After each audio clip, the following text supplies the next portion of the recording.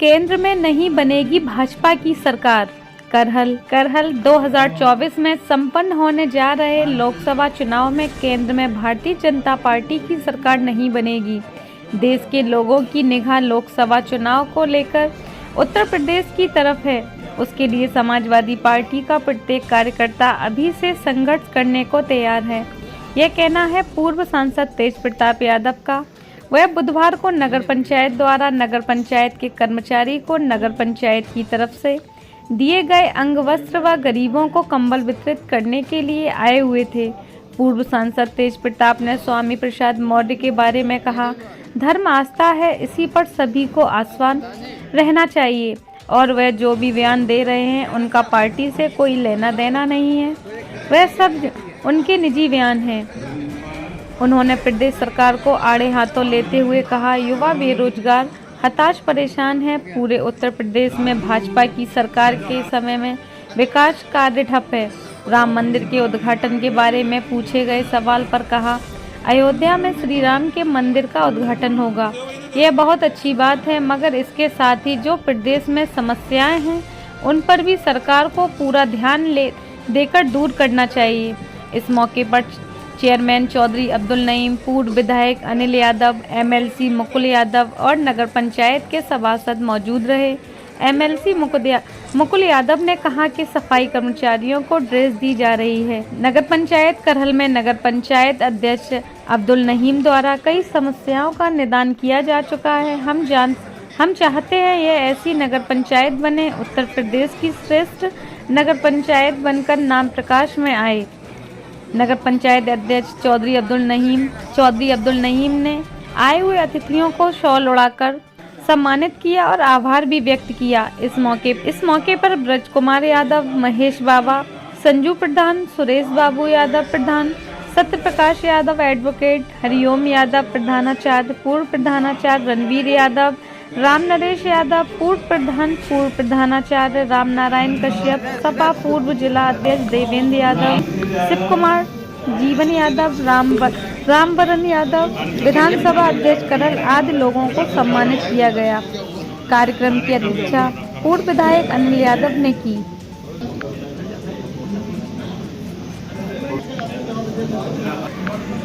आदरणीय श्रीपाल बाबू जी, जितने भी लोग यहाँ उपस्थित हैं उन सबको मैं नमन करता हूँ और स्वागत करता हूँ। सबसे पहले मैं आज चेयरमैन साहब का बहुत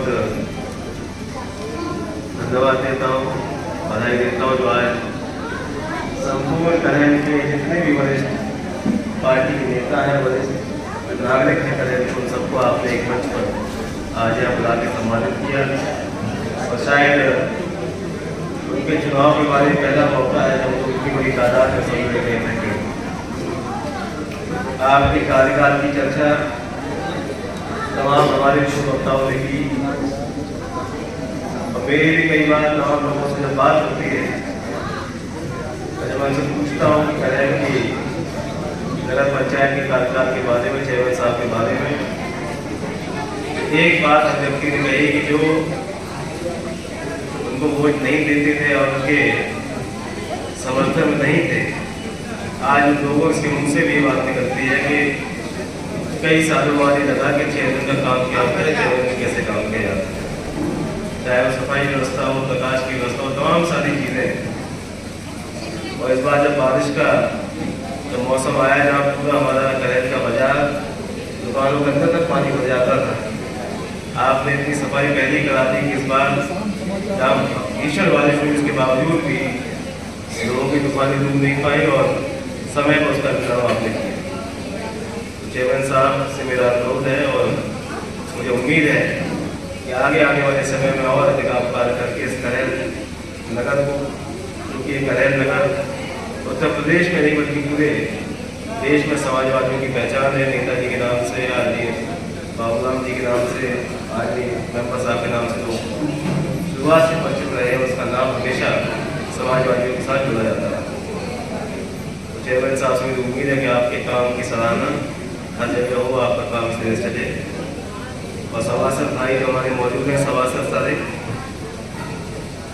चेयरमैन साहब से अनुरोध है कि सभी सभासदों का पूरा सहयोग करें, क्योंकि वो भी चुनाव जीत के अपने त्योहारों से आते हैं, तमाम देने के बाद ही वो अपने लोगों के बीच में करते हैं, उनका पूरा सहयोग करें। और सभासद भी इस नगर पंचायत को सुचारू रूप से चलाने में पूरा सहयोग चेयरमैन साहब का करें, दोनों लोग मिलजुल कर इस कार्य को आगे बढ़ाएं।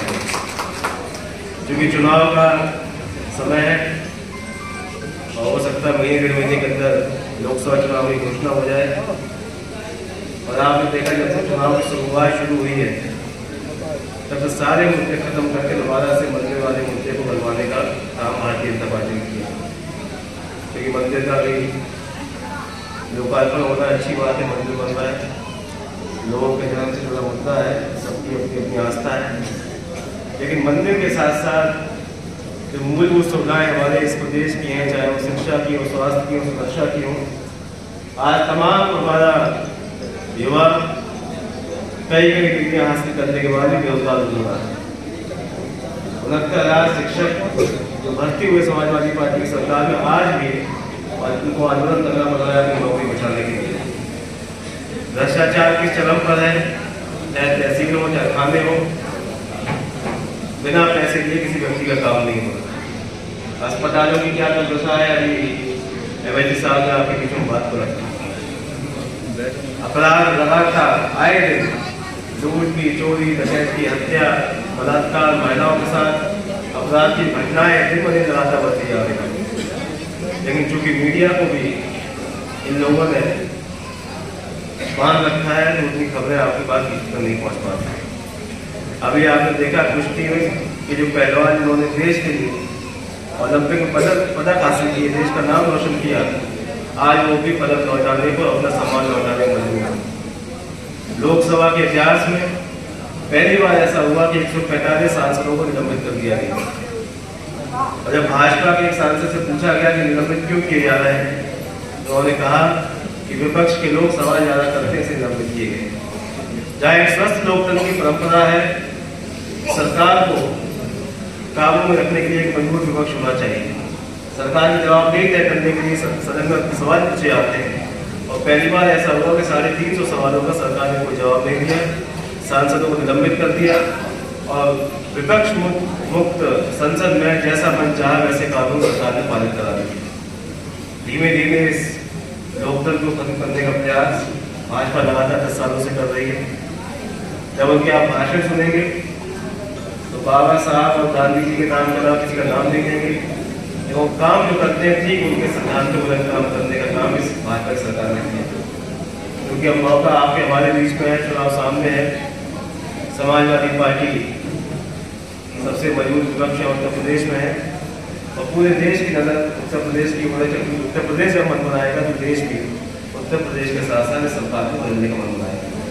इसलिए आप सभी से मेरा निवेदन है, आपने हमेशा पार्टी को बहुत सहयोग किया, हमेशा आगे बढ़ाया और चुनाव में भी आप समाजवादी पार्टी के हाथ को मजबूत करके इस पैंतीस लोकसभा से भारी मतों से पार्टी जिताएं, ताकि सरकार को हम लोग देश से बात फेंके और जो 10 सालों में इस हाल देश का किया है उस हाल से वापस लाके अच्छे लोगों को देंगे।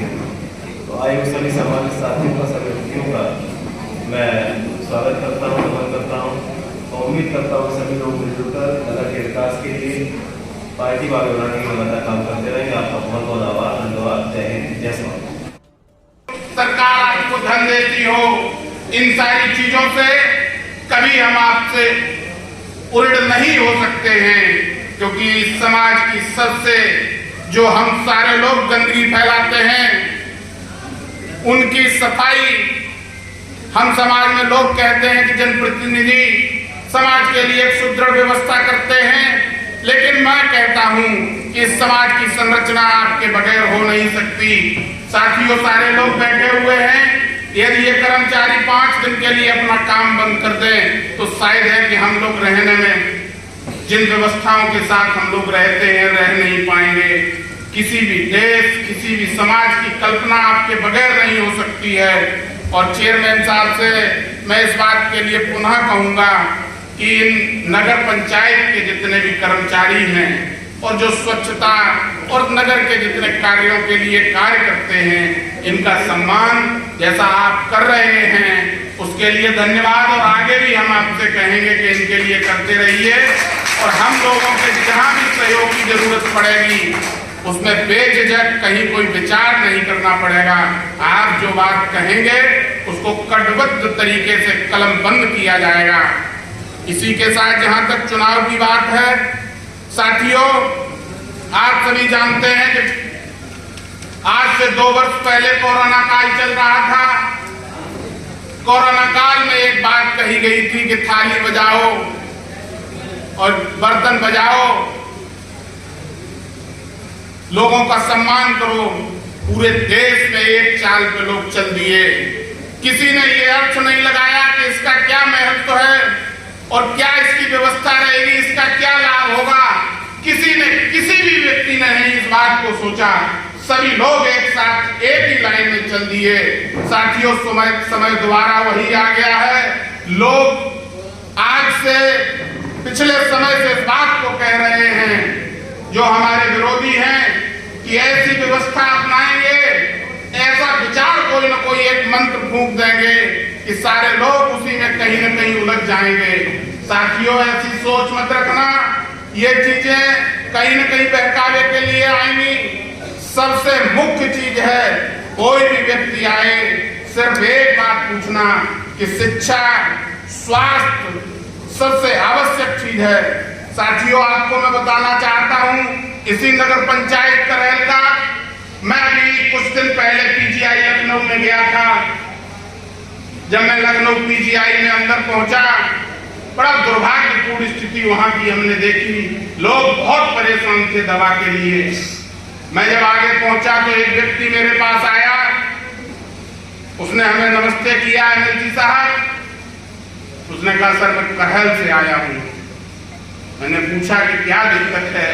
उसने बताया कि एक माह से कुछ ऊपर उसका बेटा है और उसको किडनी की प्रॉब्लम है। बच्चा रो रहा था। रात को वहां पहुंचा, उसके न रहने की कोई व्यवस्था थी, न कोई दवा की कोई व्यवस्था थी, और उसको अल्ट्रासाउंड होना था। 8 घंटे से इंतजार में बैठा था साथियों, और कोई सुनने वाला नहीं था। जब उसने कहा तो हमने उससे वहां कर्मचारी से कहा कि इनका अल्ट्रासाउंड करिए अभी। तो उन्होंने कहा कि अब कल होगा, क्योंकि 2 बज गए हैं।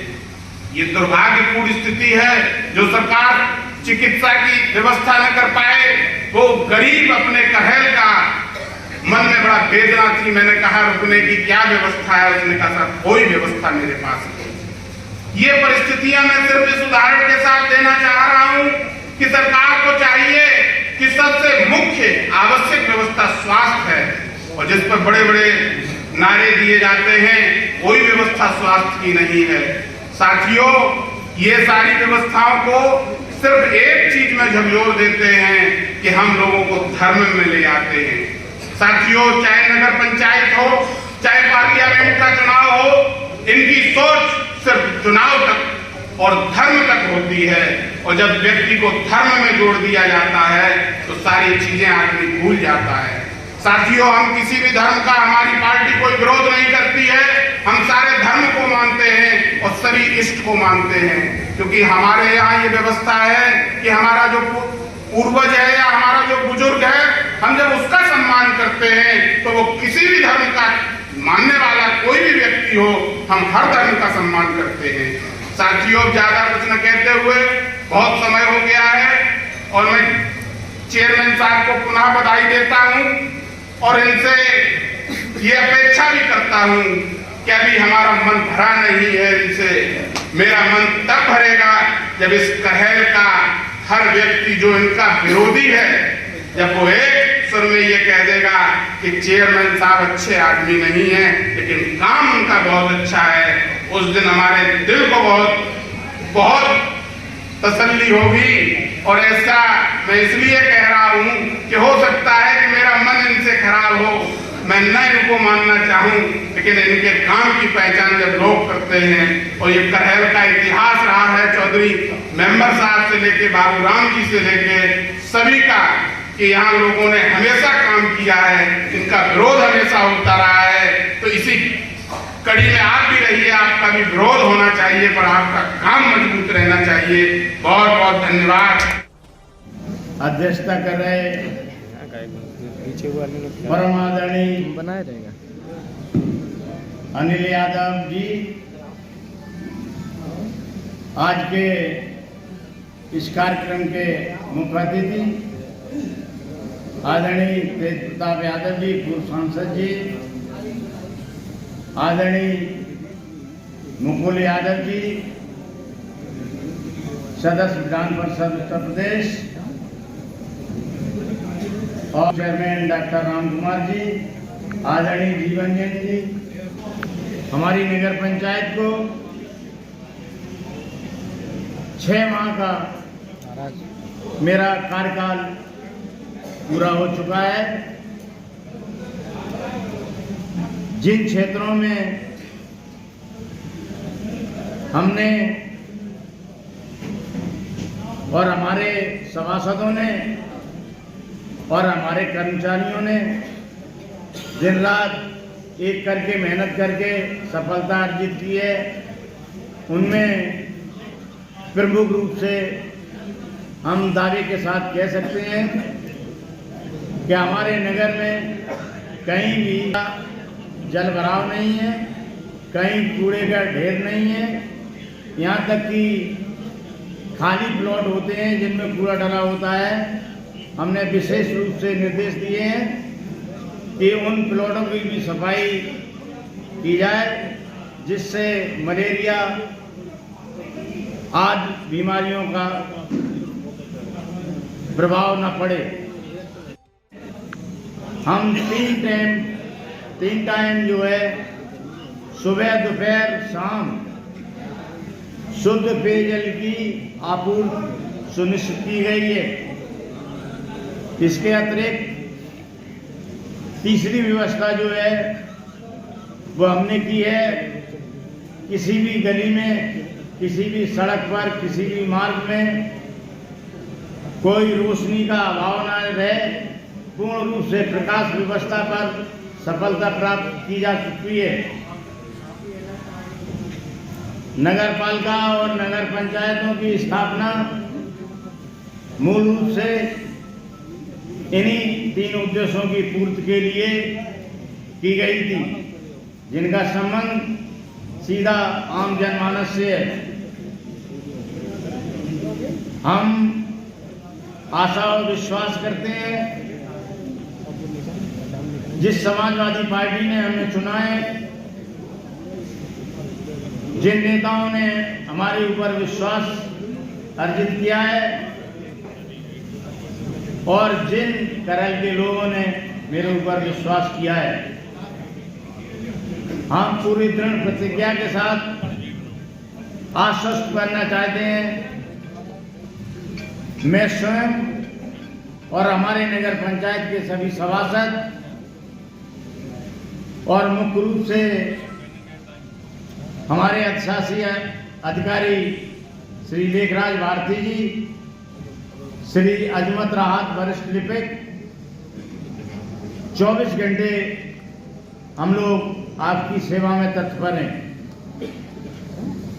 मूल रूप से हमने इन लोगों को आदेशित किया है कि नगर पंचायत में किसी को भी आने की आवश्यकता नहीं है, आप अपने मोबाइल से कॉल करिए, हम और हमारे कर्मचारी, हमारे अधिशासी अधिकारी और हमारे सभासद और वरिष्ठ लिपिक अजमत राहत आपकी समस्या का निस्तारण करेंगे।